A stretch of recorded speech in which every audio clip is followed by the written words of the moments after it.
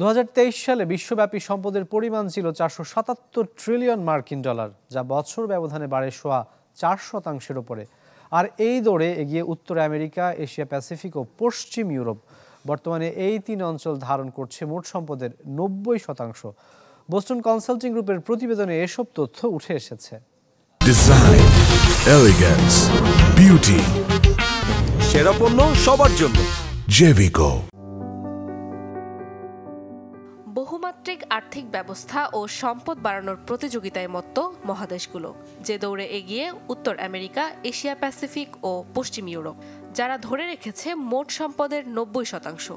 তথ্য বলছে গেল বছর আর্থিকভাবে বৈশ্বিক সম্পদের পরিমাণ বেড়েছে 4.3%, অর্থের হিসাবে 477 ট্রিলিয়ন ডলার। বোস্টন কনসাল্টিং গ্রুপের প্রতিবেদন বলছে সম্পদের দিক থেকে শীর্ষে উত্তর আমেরিকা। বৈচিত্র্যময় অর্থনীতি, উচ্চ শিল্পায়ন, প্রযুক্তি ও সেমিকন্ডাক্টর ব্যবসার কারণে সম্পদের সাম্রাজ্য গড়তে সফল এই অঞ্চল।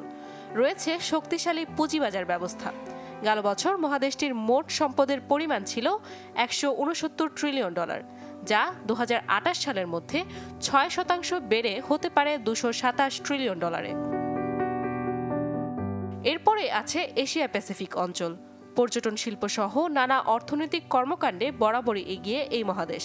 গেল বছরে যাদের সম্পদ বেড়েছে 5% বেশি, যাতে মূল ভূমিকা রেখেছে চীন ও ভারত। তথ্য বলছে গেল বছর এশিয়া প্যাসিফিকের মোট সম্পদের পরিমাণ ছিল 158 ট্রিলিয়ন ডলার।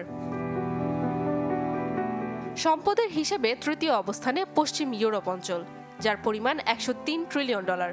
2028 সালের মধ্যে এ সংখ্যা 2% বেড়ে হতে পারে 121 ট্রিলিয়ন ডলারে। তবে থেমে নেই অন্যান্য অঞ্চলের সম্পদ বাড়ানোর গতি। বিসিজির প্রত্যাশা 2028 সালের মধ্যে দক্ষিণ আমেরিকা, মধ্যপ্রাচ্য ও আফ্রিকার সম্পদ বাড়বে 8% হারে।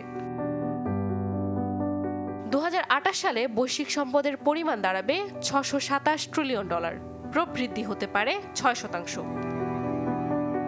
নাদিয়া ইসলাম তুলি, চ্যানেল 24।